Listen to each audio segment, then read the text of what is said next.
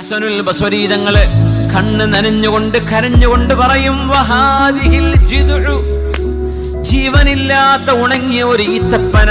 ഹബീബിനെ ഒന്ന് കാണണം, എന്റെ ഹബീബ് എന്നെ ഒന്ന് തൊടണം എന്ന് കൊതിക്കുമ്പോൾ, ജീവനുള്ള മുഅ്മിനീങ്ങൾ എത്ര കൊതിക്കണം എന്റെ ഹബീബിനെ സ്വപ്നത്തിലെങ്കിലും ഒന്ന് കാണണമെന്ന്, എന്റെ ഹബീബിനെ യഖ്ലത്തിൽ കാണണമെന്ന്, ശഫാഅത്ത് കിട്ടണമെന്ന്, മദീനയിൽ അന്തി ഉറങ്ങണമെന്ന്. ഇതൊക്കെ മുഅ്മിനീങ്ങൾക്ക് കൊതിക്കാലോ. അവർക്ക് സ്വാതന്ത്ര്യമില്ലേ? സുന്നത്തല്ലേ മദീനയിൽ മരിക്കണമെന്ന് ആഗ്രഹിക്കൽ സുന്നത്താ. അതറിയോ?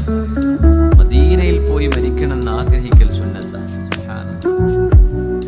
മൻ ശാഅ അൻ യമുത് ബിൽ മദീനതി ഫൽയമുത് ബിഹാ.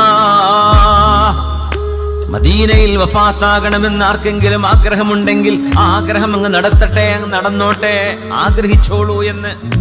എന്തേ? അവിടെ ഹബീബിന്റെ ശഫാഅത്തുണ്ട്. മദീനയിൽ അന്ത്യവിഷമം കൊള്ളുന്നവർക്ക് ഹബീബിന്റെ നാട്ടിലല്ലേ അവരുള്ളത്. ഹബീബിന്റെ ജിവാർ, ഹബീബിന്റെ സാമീപ്യം, അവിടുത്തെ ഒരു നെയ്ബർഹുഡ്, ആ നെയ്ബർഹുഡിന് പോലും അല്ലാഹു മഹത്വം നൽകുന്നുണ്ട്. ഖബർ ശിക്ഷ ഉണ്ടാവില്ല എന്നുവരെ ആലിമീങ്ങൾ.